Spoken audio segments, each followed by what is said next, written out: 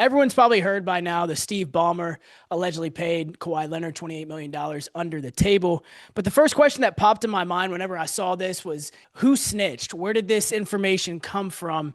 And I was wondering if it was Ballmer or his associates or a disgruntled Kawhi. Maybe he wasn't getting payments on time. But the answer to that question was neither. And according to Torre, Kawhi allegedly got the money for a no-show job through a company Ballmer owned. And here's the kicker. They used a tree planting company called Aspiration as the front for all of it. Aspiration is going through legal trouble themselves. They're a bankrupt company who owed their investors millions. But this is where it gets shady. Torre said that there was zero evidence Kawhi ever promoted Aspiration or did anything for them online. So basically, he had signed a promotional contract that didn't require him to promote anything. And that figure on it was $28 million. The contract had the sneaky clause in it that he could collect millions for doing nothing as long as he stayed with the Clippers. That's a key aspect of this. It said in the contract, if he retired, if he went to another team, the $28 million would be voided. He would not get that in his bank account. All the money went straight to Kawhi Leonard's advisor. His name's Uncle Dennis. This is the same guy who was investigated back in 2019 for trying to get illegal benefits from teams. If you think back to 2019, Kawhi basically blackmailed the Clippers by saying, hey, you guys have to trade for Paul George or I'm going to the Lakers. Come to find out, he went to several different teams asking, or his uncle went to several different teams asking for illegal benefits. That was investigated, and his uncle was cleared from that. But this guy, the uncle, is the one receiving that $28 million in this instance. But what everyone's wondering is the question I asked at the beginning of this: who leaked this? The answer is a former Aspiration employee, specifically in the finance department, who flat out admitted that the deal was designed to, quote, circumvent the salary cap, to go around the salary cap and pay him extra on top of the hundreds of millions of dollars that he had from his NBA contract. So, Joel, what's your first reaction when you hear all this, and where did your brain go when you heard this? I thought it was damning. I mean, these are all allegations right now, but I think the evidence is pretty one-sided right now, leaning in the favor of Pablo Torre. Kawhi Leonard got paid to not promote this company. This company went bankrupt. Pablo Torre has 7 different sources within the company that have spoken to him. He stands by his reporting. And by all accounts, it seems as if the Clippers did pay Kawhi Leonard under the table. Where my mind first went to it is this is what journalism is all about. There are people complaining about it. This is snitching. This is telling. This is, who cares about it? Teams probably do this all the time. I mean, we are supposed to care about the integrity of the game. We're supposed to care about honest reporting. And I think that's something that someone like Pablo Torre provides that the reporters that work for these big companies don't. Shams is compromised not only by ESPN, but by ESPN Bet. He was compromised by sports books to kind of, shade up the draft odds with where players were going to go get drafted. The NFL now is partnered with ESPN. The ESPN owns a stake in the NFL. A Colin Kaepernick documentary recently got nixed that was being directed by Spike Lee because it was going to make the NFL look bad. These networks we used to be able to rely on to break news like this. But now they don't because they're compromised and because they aren't going to have honest reporting. And this matters because this could potentially lead to other teams being found out. But most importantly, the Clippers need to be penalized for this. And my mind went to how are they going to get penalized? Because the last historical precedent that we have to go by is when Minnesota gave Joe Smith money under the table, and they lost a boatload of draft picks that basically ruined all chances of them building around Kevin Garnett. The Clippers are in a real interesting position because they don't have a ton of draft picks. They don't have financial flexibility. So the way to hurt them is not with the cap or with draft picks unless they ice their draft picks even further down the future. And if you fine them, I think Steve Ballmer is okay with paying a fine because he is one of the richest owners in sports. But that's what we have to go off of.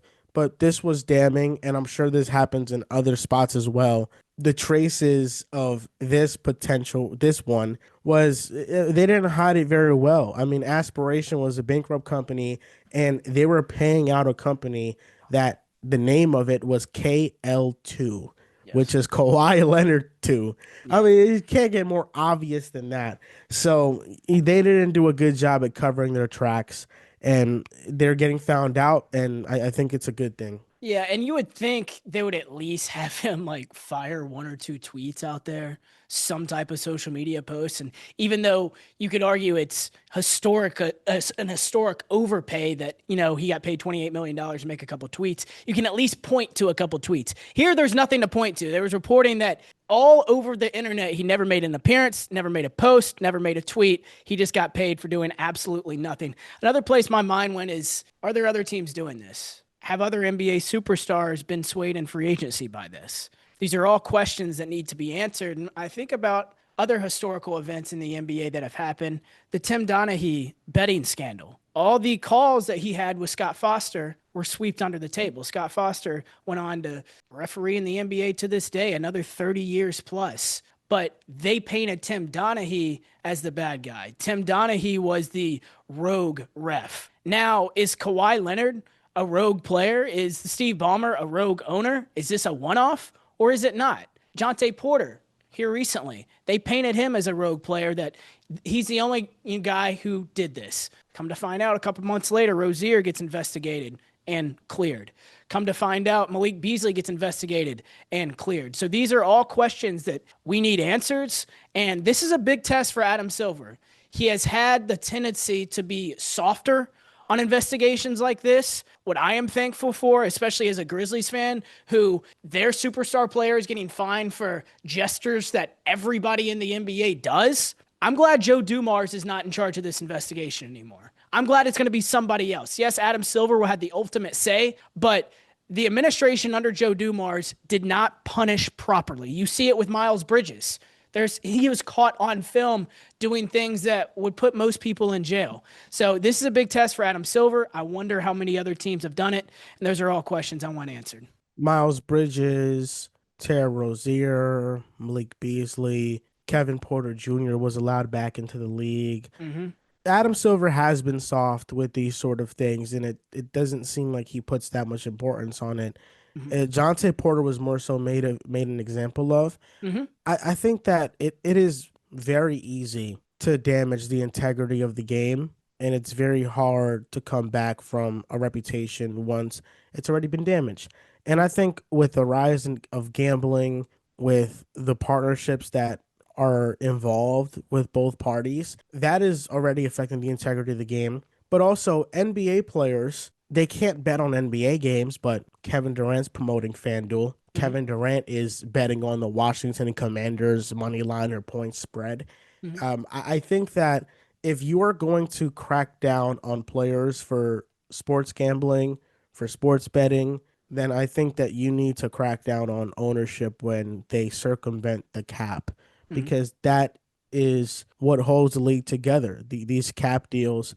But it's also not like the Clippers underpaid Kawhi from a cap perspective, No, no. and then they gave him the money on top of it to like make up for it. This isn't a Tom Brady situation where Yep. the Patriots underpaid him for years, and it was always marketed as Tom Brady is a team first player that wants to keep his contracts low to help the betterment of the team, when there has been some reporting on the fact that Tom Brady might have been making money under the table because in his deals there was clauses that they would throw money at his company TB12. Mm-hmm. So this isn't a situation where Kawhi was getting underpaid and he was making the difference with the money. He was still getting a max contract. Yes. Steve Ballmer just paid him even more, but that also could have been the difference between Kawhi staying in Toronto, going 100%. to the Lakers, or going to the Clippers. And a lot of the owners around the league have been skeptical of Kawhi picking the Clippers. And now I think we found out exactly why he did pick the Clippers. It's 100% true, and I'm glad you highlighted it. Another thing I want to mention, speaking of owners, Mark Cuban, a former NBA owner, came out and defended Steve Ballmer on Twitter. He had said, there's no way, one, he's this stupid. Steve Ballmer invested $50 million in this company, and like everybody else, he got scammed by the company. But it is in my opinion, very damning that Steve Ballmer invested $50 million into the company. Kawhi Leonard made $28 million from it. I don't know if any other players involved, but that in itself is something that needs to be investigated. But I want to, highlight Cuban's side of the story as well. Speaking of Kawhi, I think this is more damning on him than anybody. You go back and look at the arc of what his career has been the last half decade, and it has been collecting paychecks and not playing basketball. This is just another paycheck he has been collecting. Whether he's been injured or not is another conversation, but that's just a fact. And the fact that this is Kawhi Leonard, a guy who has not spoken very much and has let Uncle Dennis do all of his business, it is very suspicious. You brought up the Tom Brady thing. Pablo Torre, I think he made his round of media hits yesterday, and I think it was on Dan Patrick that he had said he had been asked, is there another superstar in the NBA you're thinking about investigating? He said, I have no evidence of this, but I do wonder how Jalen Brunson ended up in New York for 4 years, $100 million, and then re-signed for, a similar underpaid contract. Like you said, it was not a Kawhi Leonard situation. Kawhi Leonard was maxed out and then made the 28 million on top of it.